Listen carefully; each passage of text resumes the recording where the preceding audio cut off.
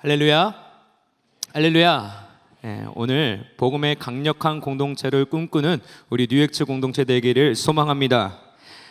미국 텍사스에 소재하고 있는 MD 앤더슨이라는 병원이 있습니다. 이곳은 최고의 암 전문 센터 기관으로도 잘 알려져 있는데요.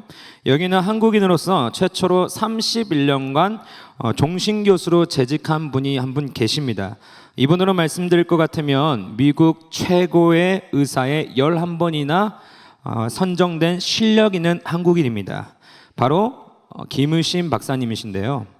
제가 작년 휴스턴에 있는 이 교회를 방문했을 때에 김의심 박사님이 그 교회의 목자로서 엄청난 많은 영혼들을 회복의 길로 돌아서게 하는 그런 본이 되셨다는 소식을 듣게 되었습니다. 그렇게 귀로만 들었던 교수님이 이 한 달 전에 유퀴즈라는 프로그램에 출연을 했더라고요. 그 전에 몇 가지 이야기를 빌리자면 1983년부터 이 41년째 한국인 사망 원인 이유 중에 1위가 있다고 합니다. 여러분 무엇인 줄 대충 짐작가시죠? 네, 암입니다. 네, 그 중에 1위라고 꼽히면 이 대장암이라고 하는데요.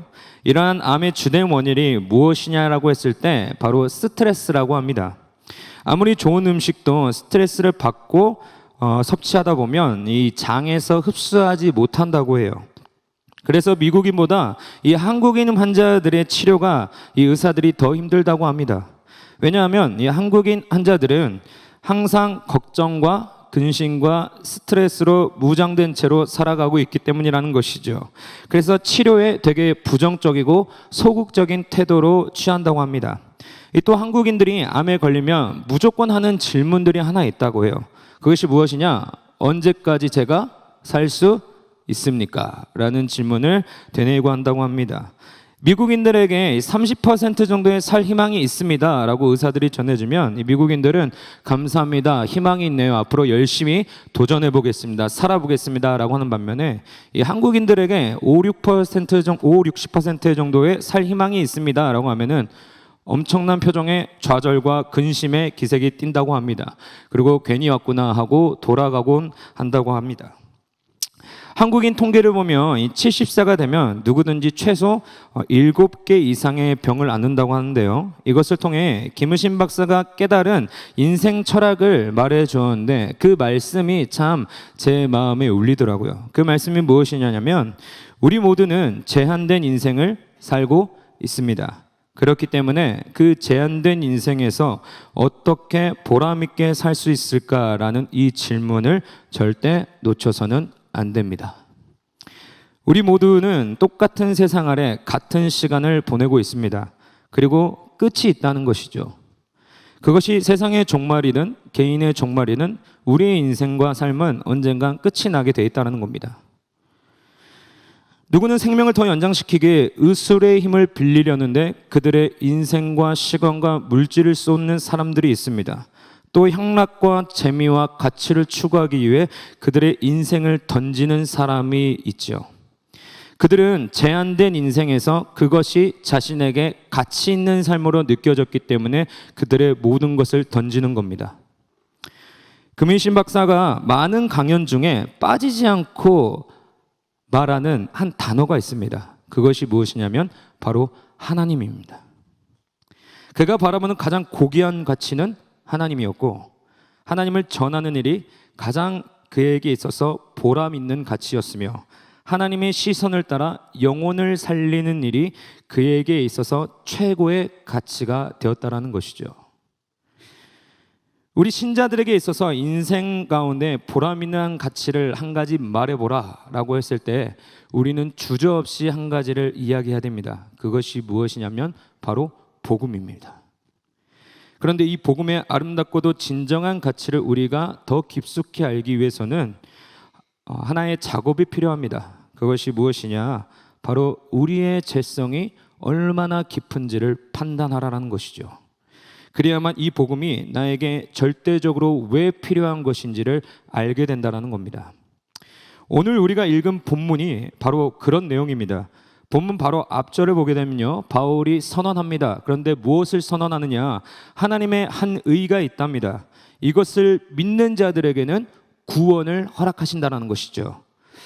여기에는 아주 큰 의미가 담겨져 있습니다. 어떤 의미이냐? 모든 인생들에게는 이 하나님의 의가 절대적으로 필요하다는 겁니다. 더 깊은 의미로는 모두가 죄인이기 때문에 하나님의 의가 무조건적으로 인생을 살아가는 모든 존재들에게 필요하다는 것이죠. 그 이유를 바울이 아주 논리적으로 아름답게 오늘 본문에 기술하고 있는 겁니다. 하나님을 알지 못하는 것, 이것이 왜 죄가 됩니까? 그것이 나와 무슨 상관이 있습니까? 무엇을 근거로 말합니까?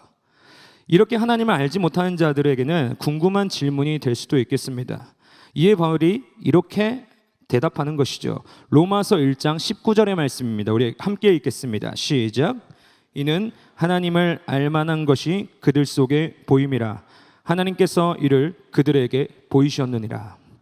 먼저 바울은요, 하나님 자신을 드러내는 계시를 설명하고 있습니다. 이 계시에 대해서 먼저 두 가지로 말씀드릴 것 같으면, 첫째는 일반 계시와 둘째는 특별 계시입니다. 자연 계시라고 불리는 일반 계시는 이 자연을 통해 만드신 피조 세계를 어느 정도 경험할 수 있다는 것이죠. 즉 뚜렷하게 보이지는 않지만 희미하게 보이는 하나님의 형상을 사람들은 이 자연을 통해 느낄 수 있다는 겁니다.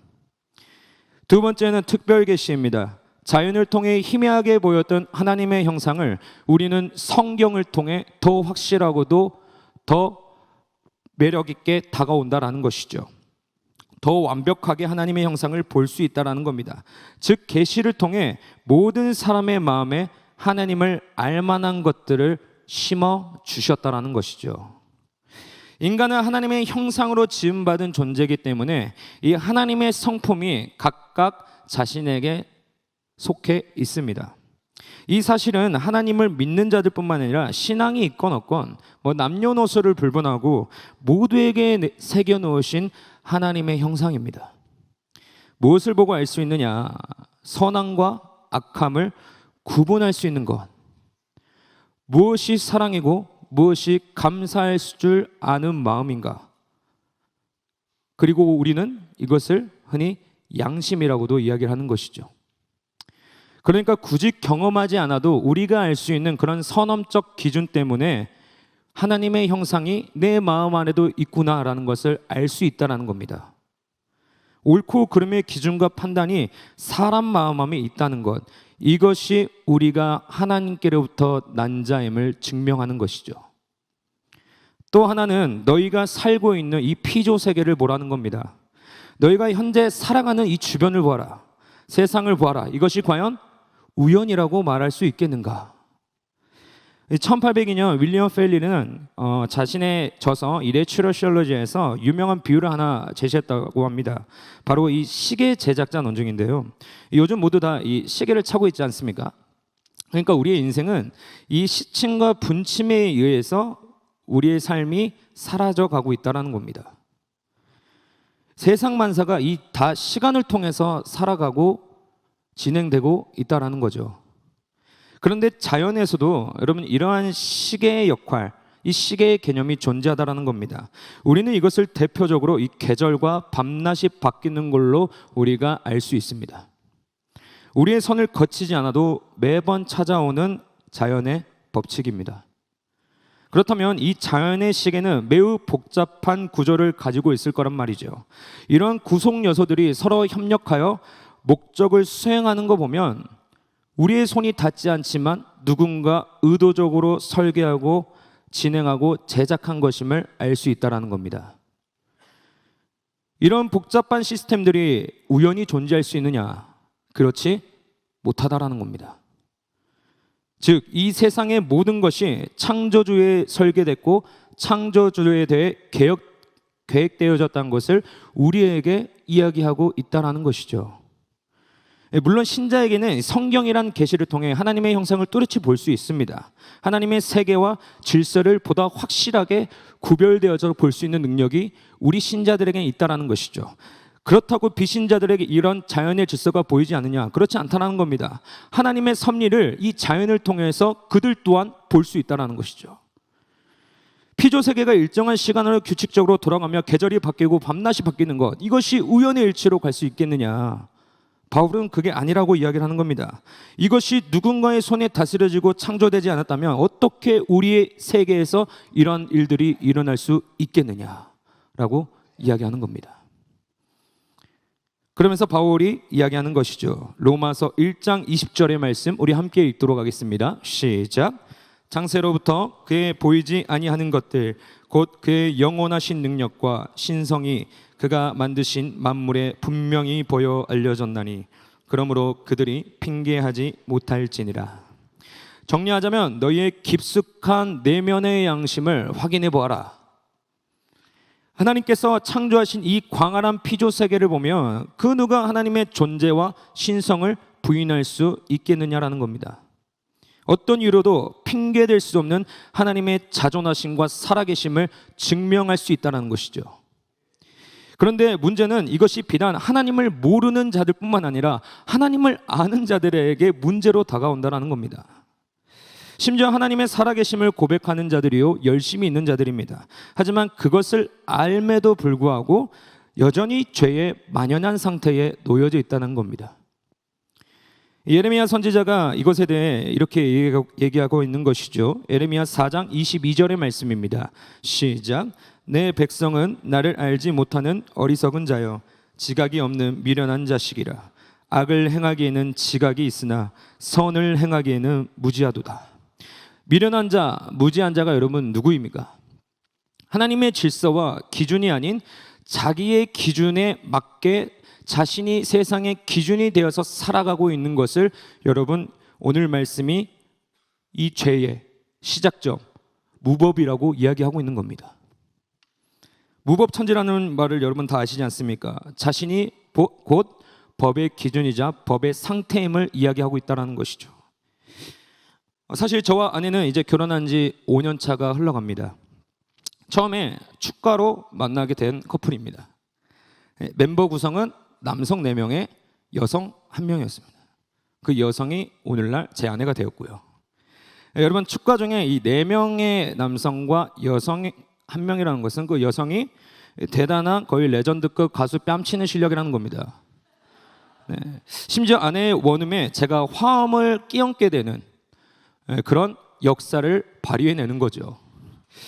당일 완벽하게 실패했습니다. 아내는 제가 화음을 못 넣었기 때문에 실패한 것 아니냐라고 이야기하더라고요. 그래서 제가 말했죠.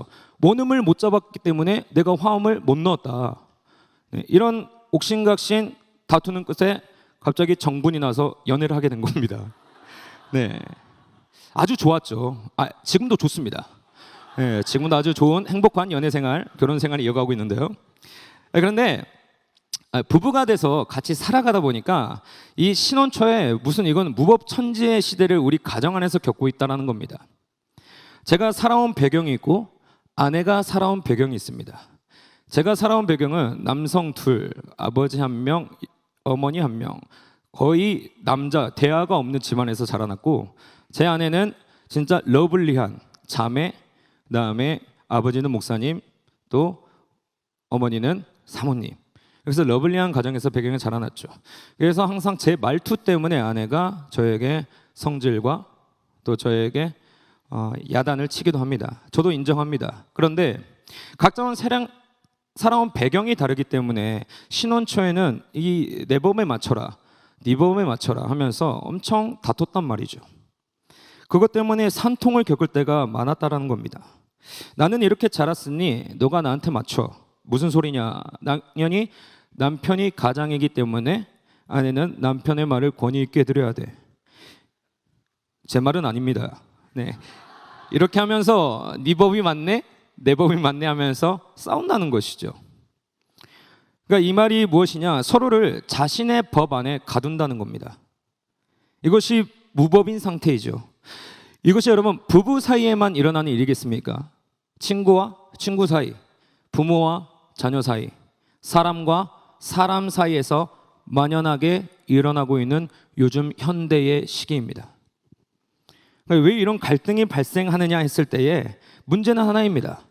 하나님의 법과 기준인 말씀을 제쳐놓고 내 자신이 삶의 기준과 법칙이 되었기 때문이라는 것이죠. 이것을 통해서 상대방을 설복하려고 하기 때문입니다. 당신은 이런 사람이어야 돼. 너는 이렇게 해야지. 교회는 이럴 때 이런 모습이 되어야 되지 않겠는가? 하나님, 제가 이 상황일 때는 하나님이 이런 모습으로 나를 찾아와 주셔야 되지 않습니까? 라는 것, 무법의 극치를 보일 때가 있다라는 것이죠. 왜 이런 갈등이 발생하느냐? 결국 인간 자신이 세운 그 기준 때문에 이 어리석음의 행동으로 발전하게 된다는 겁니다. 하나님의 법이 기준에 되어야 할 곳에 이 인간 자신이 기준이 돼 있는 시대입니다. 지식 있고 지혜 있는 모습 같을 수는 있죠. 하지만 여러분, 요즘의 시대의 결과는 어떻습니까? 전쟁과 기근과 이 생태계를 파괴하는 인간의 노력이 결국 종말을 초래하는 시대가 오늘날 우리 가운데 있다는 겁니다. 하나님의 세계와 질서를 파괴하는 진노의 연장선을 늘어놓는 그 가운데에 우리가 있다는 것이죠. 로마서 1장 22절에 이렇게 이야기합니다. 스스로 지혜 있다 하나 어리석게 돼요. 에덴에서 아담이 쫓겨난 이유가 여기 있습니다. 아담의 죄로 인해 하나님과 합평하였던 거룩의 질서가 깨졌다는 것이죠. 스스로 지혜 있는 자라고 여겼기에 사람이 하나님과 동등시 되고 싶어하는 그 마음, 항상 그 마음이 여기서부터 사람의 죄성이 출발되게 된다는 겁니다. 그 어리석음이 점차 지나서 욕심이 되고 그게 장성하여서 사망을 이루게 된 게 오늘날 본래 사람의 모습 아니겠습니까? 결국 사람의 내면에 하나님이 아닌 우상들로 가득 차게 되는 일만 생겨났다는 것이죠.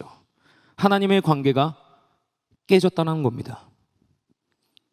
로마서 1장 23절의 말씀 우리 함께 읽도록 하겠습니다. 시작. 썩어지지 아니하는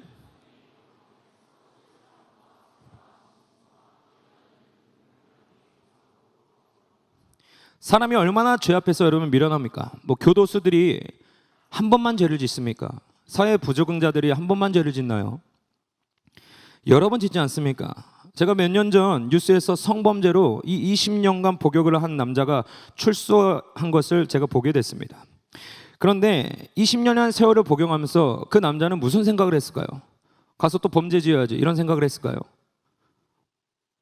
내가 출소해서 앞으로는 진짜 사람답게 살아봐야지, 범죄하지 않고 진짜 선을 이루면서 행복하게 살아가지, 이런 생각 아니었을까요? 그런데 다시 한번 뉴스를 보니 출소해서 몇 해 지나지 않아 또 범죄를 지어 구형에 처해졌다는 소식을 듣게 되었습니다. 여러분, 이뿐만이겠습니까? 얼마나 많은 범죄와 사건, 사고들이 우리 주변에서 요즘 이 시대에서 일어나곤 합니까? 그런 사람들은 벌을 받아도 마땅하죠. 저는 그런 사람들과는 죄는 차원이 다릅니다. 달라야 됩니다, 여러분. 우리는 하나님의 법의 기준에 맞게 살아가는 그런 자들입니다. 제가 작년 여름에 강원도에 있는 어느 한 계곡에서 이 가족들과 휴양을 보냈단 말이죠. 그래서 우리 이 튜브를 타고 가족들과 아주 재밌게 텀벙텀벙하면서 놀았습니다. 근데 오후쯤 되니까 사람들이 이 계곡으로 찾아오더라고요. 그 계곡이 강원도에서도 그래도 아주 맑고 깨끗한 에메랄드빛을 띄운 그런 계곡이었습니다. 그런데 금방 물이 탁해지더라고요. 그래서 저희는 철수를 하면서 뒤돌아보니까 사람들이 엄청 많이 놀고 있었습니다. 근데 제가 그 모습을 보면서 어떤 생각이 드느냐면, 우리의 모습이 저런 물의 색깔과 비슷하구나라는 것을 느꼈습니다. 이게 무슨 말이냐면, 가만히 있을 때는 물이 아주 고운 색깔, 에메랄드빛 색깔을 띈단 말이죠.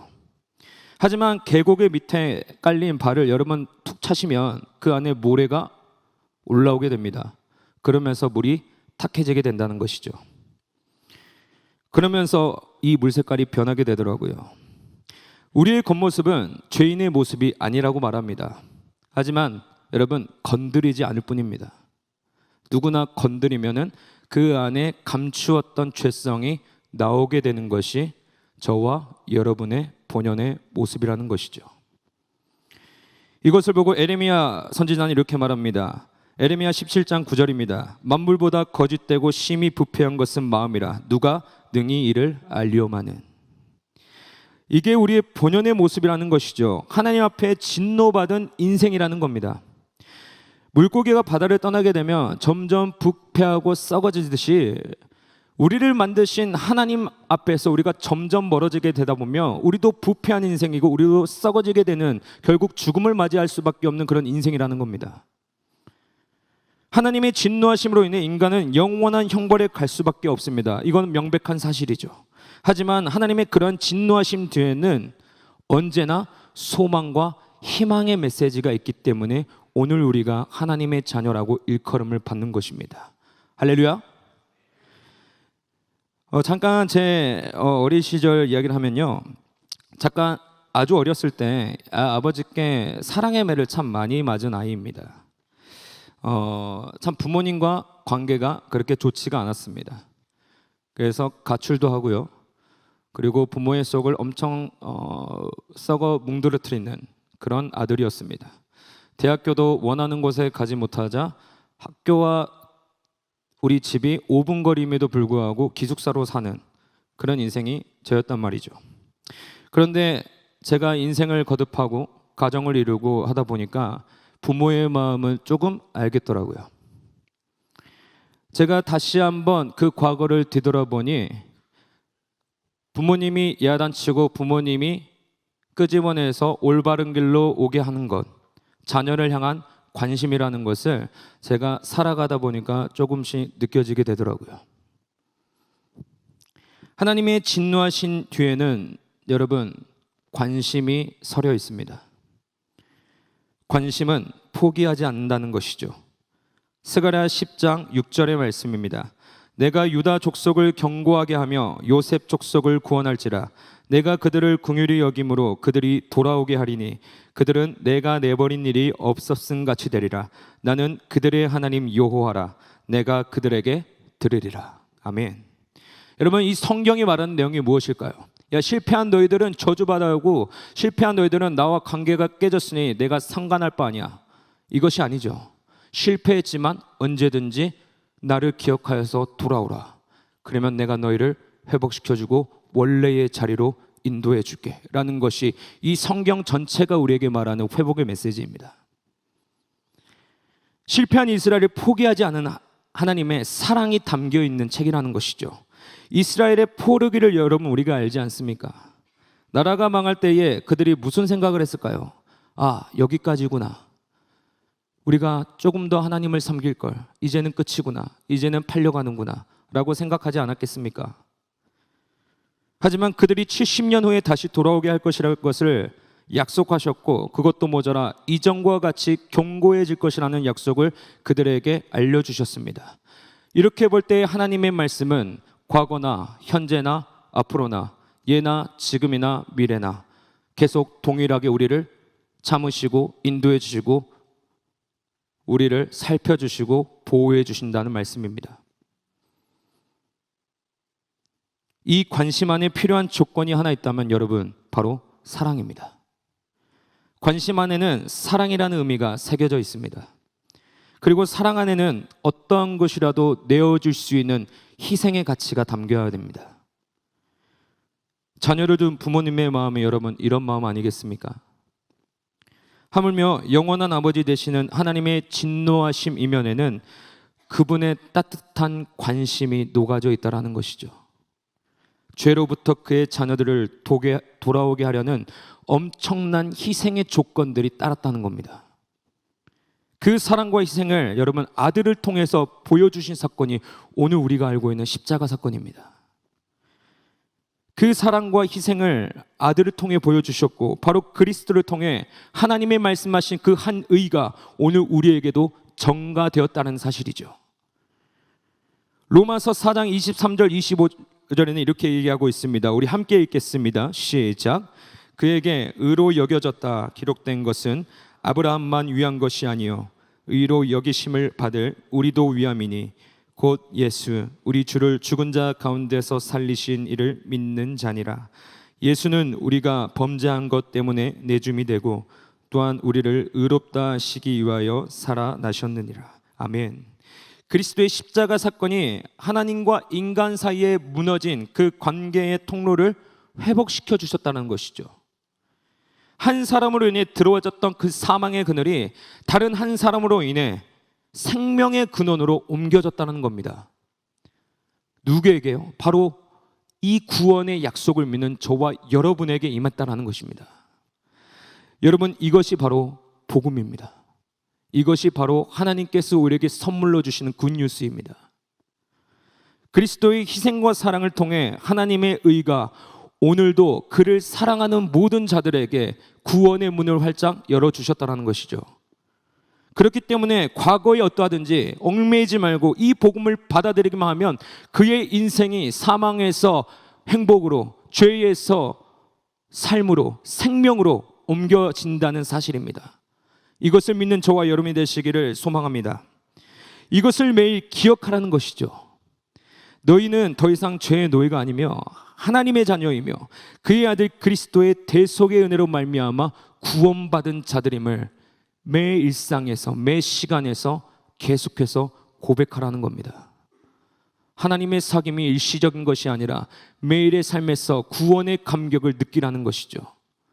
그게 우리가 살아가는 원동력이 된다는 겁니다. 건져내심이 있다는 것이죠. 여러분, 무서운 것은요, 무관심입니다.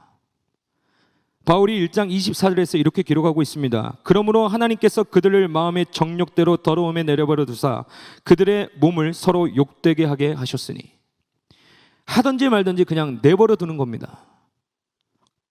하나님을 믿으면 참 만사 형통의 길일 줄 알았는데 하나님, 내 길이 왜 이렇게 초라합니까? 그리스도를 따르며 십자가의 인생을 받아들이며 행복일 줄 알았는데 왜 매일 삶에서 이런 수치와 고난의 길밖에 없는 건가요? 악인들이 더 잘 사는 것 같고 나의 삶은 이토록 왜 처절합니까? 하나님, 살아계신 건 맞습니까? 우리들의 어떠한 작은 신음의 문제일 수도 있지 않겠습니까? 여러분, 관심은요, 잘못하고 있다면 때리고 혼내서라도 제 방향으로, 제 위치로 돌이키는 작업입니다. 결코 그냥 내버려 두시지 않는다는 것이죠. 인생에 여러 이해되지 않는 문제와 상황이 여러분들 앞에 있으십니까? 그럴 때마다 나를 위해 예배해 두시고 준비해 두신 그 구원의 문을 바라보시기를 소망합니다. 그럴 때마다 나를 위해 피 흘리신 예수의 흔적을 기억하십시오. 예수의 보혈을 바라보십시오. 이것이 오늘 우리를 향한 말씀하시는 구원의 선물이자 복음의 선물입니다. 말씀을 정리하려고 합니다. 최근 2주간 우리 리더들과 함께 이 복음의 정체성에 대해서 나누었습니다. 행척을 준비하면서 우리가 먼저 하나 되자, 우리가 먼저 복음으로 감당해보자 라는 주제로 함께 나누었던 시간이 있습니다. 이 질문에 어떤 청년 한 명이 이렇게 대답합니다. 제 복음의 철학과 방향성은 자유입니다. 왜냐하면 세상의 직업과 실력을 보고 있노라면 처절해집니다. 좌절 가운데 없습니다. 하지만 이것을 이길 힘을 주실 예수를 믿기 때문에 저는 그 복음 안에서 자유라고 말하고 싶습니다. 또 한 청년은 자신의 청소년 시절 가운데에 왜 살아가야 되는지 이유를 알지 못한 채 살아가고 있었다고 합니다. 그러면서 예수를 발견했고 예수의 보혈을 발견했으며 그 안에 비로소 참된 소망이 있음을 알아차렸기에 그 이유로 자신의 복음의 정체성을 소망이라고 이야기했습니다. 오늘날 여러분의 복음의 정체성은 어떠합니까? 우리에게 복음을 주신 이유는 나 하나로 만족하는 세상을 이루지 말라는 겁니다. 내가 알고 있는 그 기쁨을, 그 기쁜 소식을 서로 나눌 때에 더 행복함과 기쁨을 주신다는 사실이죠. 복음은 결국 우리의 목소리로 팔아야 됩니다. 갖고 있으면 안 되고 이 복음을 파는 훈련이 우리에게 있어야 된다는 것이죠. 누군가에게 물건을 팔기 위해서는 여러분 그 물건에 확신과 자신감과 신념이 있어야 됩니다. 그래야지 누군가 사겠죠. 그러니 여러분들 자신부터 오늘 이 메시지에서 말하는 이 복음의 확실성과 충만함을 얻으시는 저와 여러분이 되기를 원합니다. 우리가 말씀 서두에서 제한된 인생에서 어떻게 보람있게 살아가겠느냐라는 그 김의신 박사님의 질문이 있었습니다. 이 질문 앞에 저와 여러분이 이렇게 고백했으면 좋겠습니다. 하나님, 부족하지만 예수 한 분으로 만족하며 살아가는 인생 되겠습니다. 복음으로 강력하게 무장되어서 하나님의 기쁨이 곧 나의 기쁨이 되는 삶 되기를 원합니다. 하나님이 주신 소망 하나로 이 땅 가운데서 담대히 살아갈 수 있는 청년이 되길 원합니다. 이 고백이 오늘 여러분의 고백이 되길 원합니다. 마지막으로 폴트린 목사님의 일금이란 책 한 부분을 인용하면서 마치도록 하겠습니다. 우리 함께 읽도록 하겠습니다. 시작. 우리 구주는 전쟁에 필요한 모든 도구를 갖추시고 만반의 준비를 하고 계신다. 그렇기에 우리도 준비해야 한다. 원수가 견고한 진을 치기 전에 우리 힘만으로 이길 수 없는 싸움에서 승리하기 위해 하나님이 주신 도구들을 사용할 만반의 준비를 해야 한다. 우리의 인생은 이미 승리한 하나님의 전쟁입니다. 우리가 나아갈 복음의 방향성, 복음의 그라운드도 이미 십자가가 이 땅 한가운데 꽂혔습니다. 그러니 우리가 할 일은 이 복음의 입술로 전하기만 하면 되는 것입니다. 그럴 때에 강력한 회복의 역사가 여러분들 앞에 있을 겁니다. 이미 이루신 우리의 승리의 전쟁, 그 전략대로 이 말씀이 곧 우리의 전략이 되어서 우리가 가는 곳마다 하나님이 예비해 놓으신 그 영혼들을 주께로 되돌아오는 그 선한 도구에 저와 여러분이 사용되어지기를 예수 그리스도의 이름으로 강력히 소망합니다. 이 말씀을 믿음으로써 우리 함께 찬양하고 기도의 자리로 나아가도록 하겠습니다.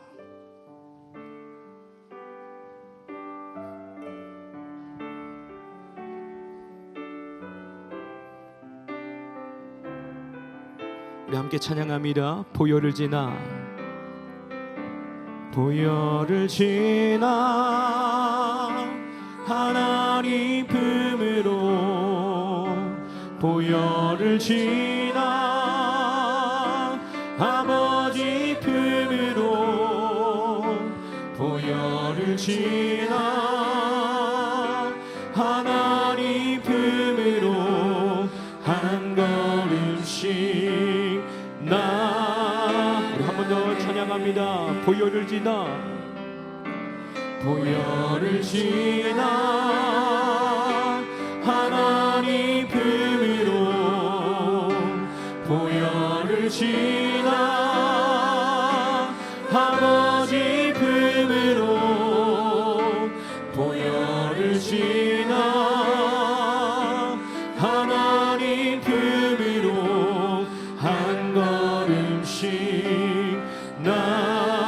이 시간 우리의 마음을 열어 고백합니다. 존귀한 주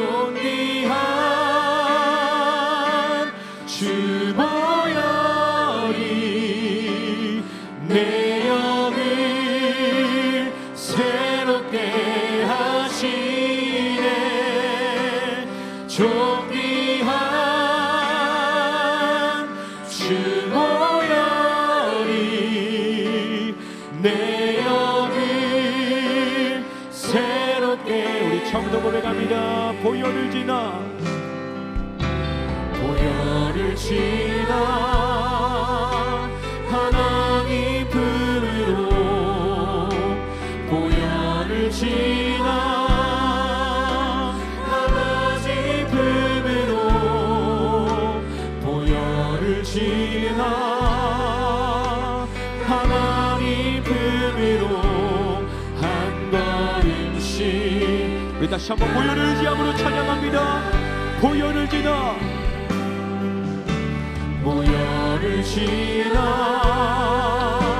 하나님 품으로 보혈을 지나 아버지 품으로 보혈을 지나 하나님 품으로 한 걸음씩 나가네. 존귀한 주 보혈이 존귀한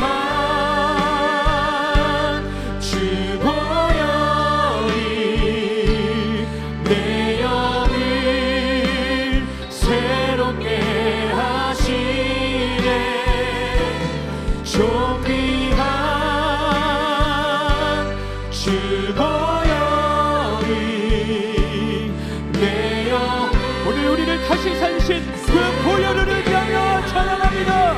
존귀한 주 보혈이 내 영을 새롭게 하시네. 존귀한 주 보혈이 내 영을 새롭게 하네. 우리 함께 기도하길 원합니다. 하나님, 주님을 섬기는 일, 주님의 십자가를 따르는 길이 왜 이렇게 험난하고 어렵습니까? 제 마음 가운데에서 하나님이 계시지 않은 것만 같고 하나님이 일하시지 않은 것만 같아서 참으로 답답하고 부족한 일상을 살아가는 것 같습니다. 하지만 그럴 때마다 내가 소망을 잃지 않은 것은 나를 위해 대속하여 주신 예수의 보혈이 있기 때문입니다. 주님, 그 자리에 일어나서 하나님의 승리하신 그 깃발을 바라볼 수 있는 믿음 허락하여 주시옵소서. 나를 모든 죄에서 속량하신 예수의 보혈 하나로 있으면 내가 만족하는 인생 살아가는 것 아니겠습니까? 주님, 이 소망의 메시지를 기억함으로써 어느 곳에 있더라도 어느 상황에 있더라도 예수의 피를 의지할 수 있는 우리 모든 유해치 공동체 될 수 있도록 주님 인도하여 주시옵소서. 이 시간 주님 찾고 기도합니다. 주여, 주여, 주여. 우리에게 주시는 외국의 십자가의 메시지를 통하여서 고난 중에 기뻐하는 하나님의 아버지의 말씀을 우리가 다시 한번 마음속에 새기기를 원합니다. 하나님, 오늘날 우리에게 생명이 되어주셔서 오신 그리스도의 영광으로 말미암아 우리의 삶 가운데에 하나님과 동행하는 기쁨이 있게 하여 주시옵소서. 임마누엘의 회복이 오늘 우리의 삶에 있기를 원합니다. 주님과 함께함이 우리의 하나님 기쁨이 될 수 있는 그런 소망을 받아볼 수 있도록 주님 도와주시옵소서. 하나님이 함께하셔야만 오늘 우리가 살아갈 수 있는 능력이 됩니다. 주님, 우리의 입술이 메마르지 않는 하나님의 말씀을 허락하여 주시옵소서. 메마르지 않는 소망의 말씀을 허락하여 주시옵소서. 주님,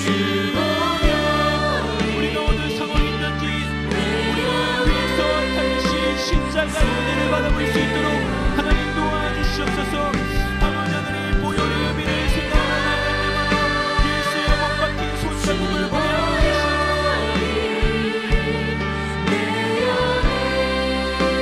주님, 언제나 우리에게 주시는 소망의 메시지를 보며 나가기 원합니다. 우리에게 주시는 회복의 메시지를 보기 원합니다. 하나님, 우리 마음 가운데 주시는 성령 하나님의 임재를 바라보기 원합니다. 임마누엘을 경험하는 모든 공동체 되게 하여 주시옵소서. 하나님, 주여,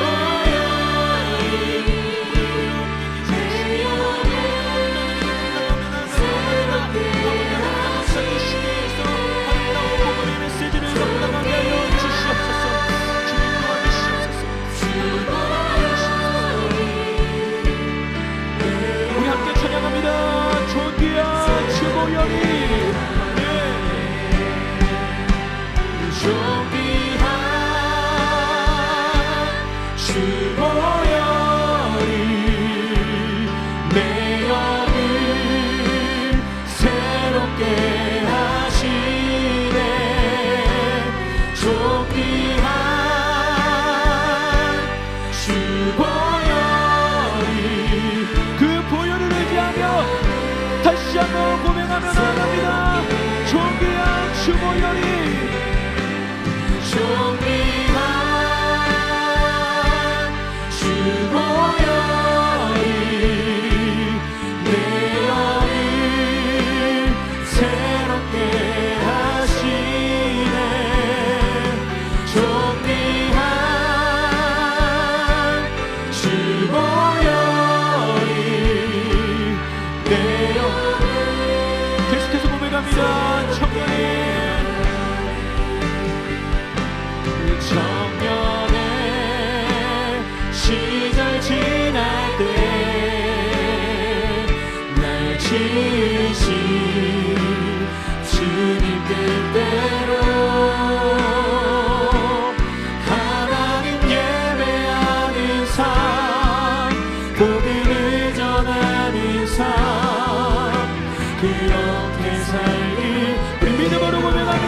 청년의 시절 지날 때, 이 청년의 시절 지날 때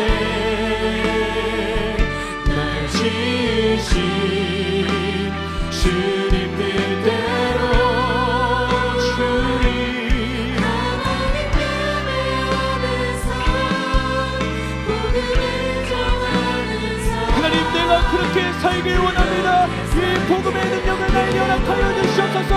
우리 마지막 번도 고백합니다. 청년의 시절 지날 때 날 지으신 주님 뜻대로 하나님 예배하는 삶 복음을 전하는 삶 그렇게 살길 기도합니다. 시간 우리 마지막 한 번 더 기도합시다. 하나님, 이 아름다운 청년의 시절 하나님께 쓰임받는 종이 되길 원합니다. 우리의 인생의 우선순위가 무엇입니까?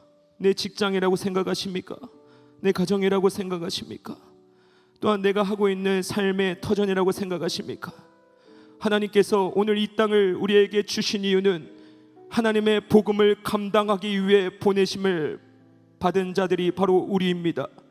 그 복음을 감당할 때에 하나님께서 우리의 삶의 모든 부분을 채워주시리라 믿습니다. 우리가 어디서든지 복음을 말할 수 있는 자들, 복음을 전달할 수 있는 자들, 그 복음을 전달할 수 있게 하나님 우리 먼저 복음의 충만함으로 채워주시옵소서. 예수의 죽으심과 부활하심이 오늘 나의 삶이 되어서 매일에서 하나님 그런 회복의 능력, 십자가의 능력을 바라보게 하여 주시옵소서. 이것을 통하여서 우리의 삶의 부분에서 나아가 예수의 능력, 예수의 능력, 예수의 능력을 간절히 전할 수 있는 살아있는 청년들 될 수 있도록 주님 인도하여 주시옵소서. 우리 마지막으로 주님 찾고 기도합니다. 주여, 주여,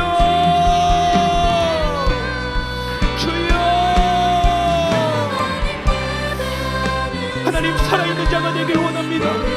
복음 앞에 죽어있는 자가 아니라 매일의 삶에서 하나님과 동행하며 살아있는 자가 되길 원합니다. 주님, 내 발을 연약하게 하여 주시고 내 무릎을 연약하게 하여 주셔서 매일의 삶에서 주님의 십자가만을 바라보게 하여 주시옵소서. 그 은혜가 없다면 오늘 우리가 복음을 전한들 무슨 소용이 있겠습니까? 나의 입술에 우둔함을 제하여 주시고 복음의 하나님 언어로 선택하여 줘서 사람을 살리는 생명이 오늘 우리 가운데 있게 하여 주시옵소서. 아버지 하나님 도와주시옵소서. 복음을 전하는 삶이 오늘 우리 가운데 있길 원합니다. 주님 도와주시고 역사하여 주시옵소서. 주님 한 번만 의지하며 나아갑니다. 주님 십자가의 능력을 오늘 내 입술 가운데 허락하여 주셔서 부어지는 곳마다 하나님의 소망이 꿈꿀 수 있는 그런 역사심을 우리가 보게 하여 주시옵소서. 주님 의지하며 나갑니다. 오늘도 나에게 임마누엘 되셔서 오신 주님, 하나님 사랑을 하나님 의지하며 나아가오니 오늘 우리에게 하나님 또한 회복과 능력을 허락하여 주시옵소서.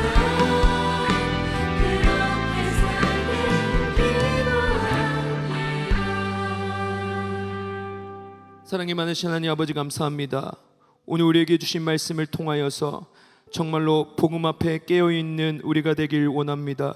죽어있는 자가 아니라 항상 십자가 앞에 살아있는 자 같이 되어서 그분의 능력을 통하여서 오늘도 임마누엘 하시러 오신 예수를 깊이 기억하며 살아갈 수 있도록 도와주시옵소서.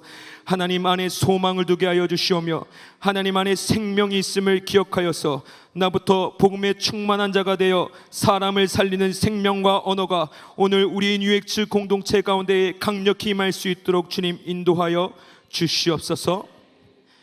이제는 우리를 사랑하사 하늘 보좌 버리신 우리 구주 예수 그리스도의 은혜와 하나님의 무한하신 사랑하심과 성령님의 감동 감화 교통하심의 역사가 성령의 법 가운데에 복음의 충만함을 통해 살아가겠노라고 고백하며 그 복음의 역사를 담대하게 선포하며 살아가겠나이다라고 결단하는 여기 모인 한성교회 모든 공동체와 저들의 가정과 생업과 학교와 살아가는 모든 공간과 터전 가운데에 이제부터 영원토록 함께 계실 것을 간절히 축원하옵나이다.